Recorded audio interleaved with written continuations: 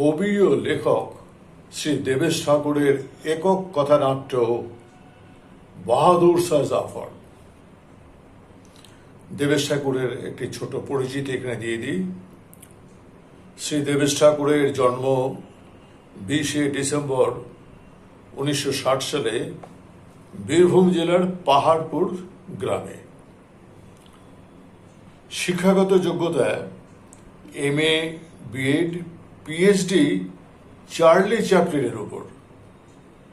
বৈষ্ণব সংস্কৃতি এবং অদ্বৈত আচার্য বিষয়ে পোস্ট ডক্টরেট করেছেন। ইংরেজি সাহিত্যের শিক্ষক। তিনি একজন স্বনামধন্য লেখক, কবি, সাহিত্যিক ও ঔপন্যাসিক এবং পরিচালক। এখন শুরু করছি সেই একক কথানাট্য বাহাদুর শাহ জাফর। জনাব, খানা দিয়ে গয়া। চুপ রও কমবক্ত, আমাকে এভাবে ডাকা যায় না। সিংহ বৃদ্ধ হলো, তার নাম সিংহ, সে কখনো শৃগাল হয় না। কি বলে আমাকে ডাকবে লিখে নাও। মদবল্ল মল্লক নাসেরে নসির জং মুমিনুল মুলক মোহাম্মদ বাহাদুর শাহ জাফর আলম পানা। কি হলো, লিখতে পারছে না? হ্যাঁ, আহা, তুমি ফার্সি জানো না? না, এবার থেকে আমাকে তলব করার ওয়াক্ত আমার পুরো নাম ধরে ডাকবে। লিখতে পারবে তো লেখো, না পারলে ছেড়ে দাও। ঠিক আছে, লেখো লেখো। মির্জা আবুল মুজফর সিরাজউদ্দিন মোহাম্মদ বাহাদুর শাহ জাফর গাজী। লিখতে পারলে না? জানো, এই জন্য আমি তোমাকে কতল করার ফরমান জারি করতে পারি। না না, তুমি তুমি তুমি যেও না। একমাত্র তুমি তো আসো সারাদিনে, এই 3-4 বার। আমি তো আর কাউকে দেখতে পাই না। এই স্যাঁতস্যাঁতে অন্ধকার 3-4 হাত ঘরে একাকিত্বের সঙ্গে বসে আমি একাই কথা বলি। একা একা।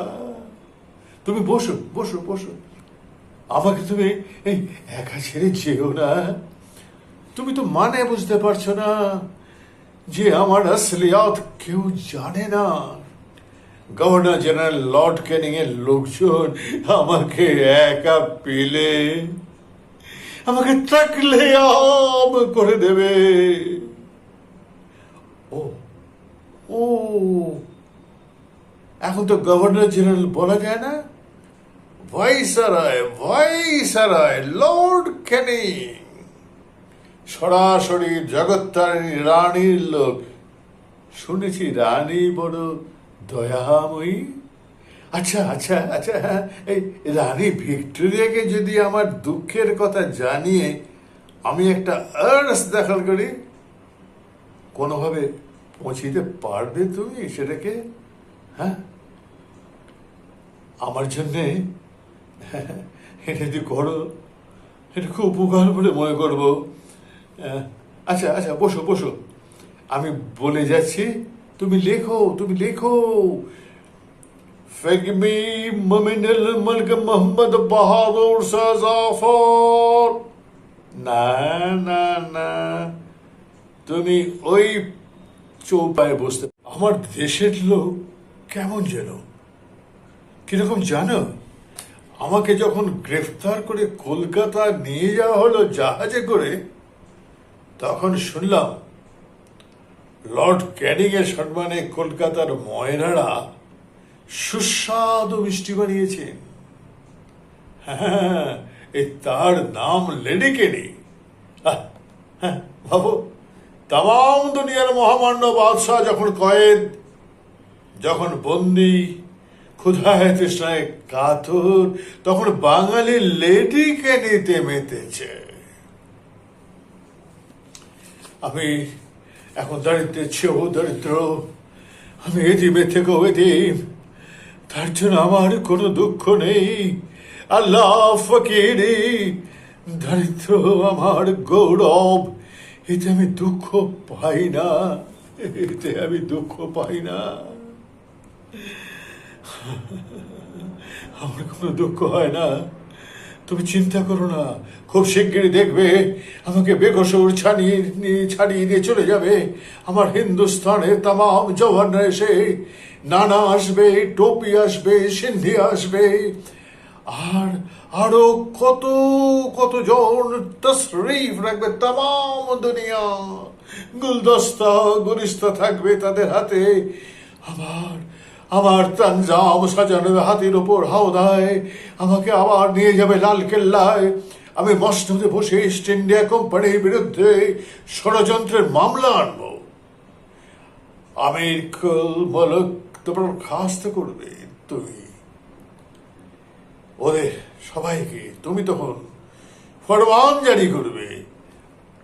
আমার হেকিম, আমার ওয়াসিম পেশ করবে নজির আজম। এইবার হারামপনা জাহাঙ্গীরের পায়ের কাছে হাঁটু গেড়ে বসে তোদের একটু মাসলো।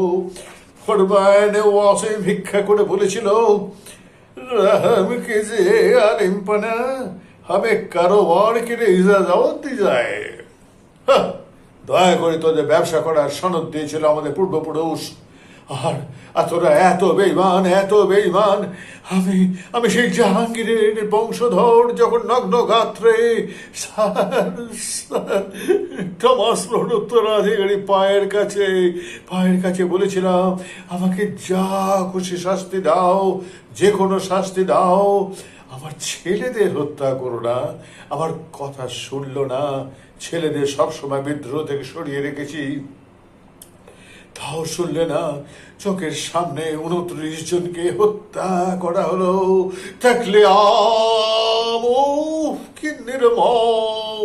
কাউকে রাস্তায় ফাঁসি দিয়ে ঝুলিয়ে রেখে দিলে যেন সবক শেখানো যায়, যেন সবক শেখানো যায়।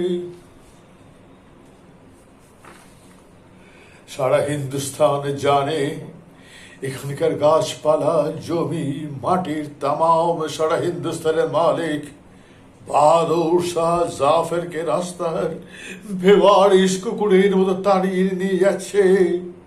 আর 82 বছরের একজন বৃদ্ধকে একটা 10 ফুট ঘরে শুয়ে থাকতে হয়।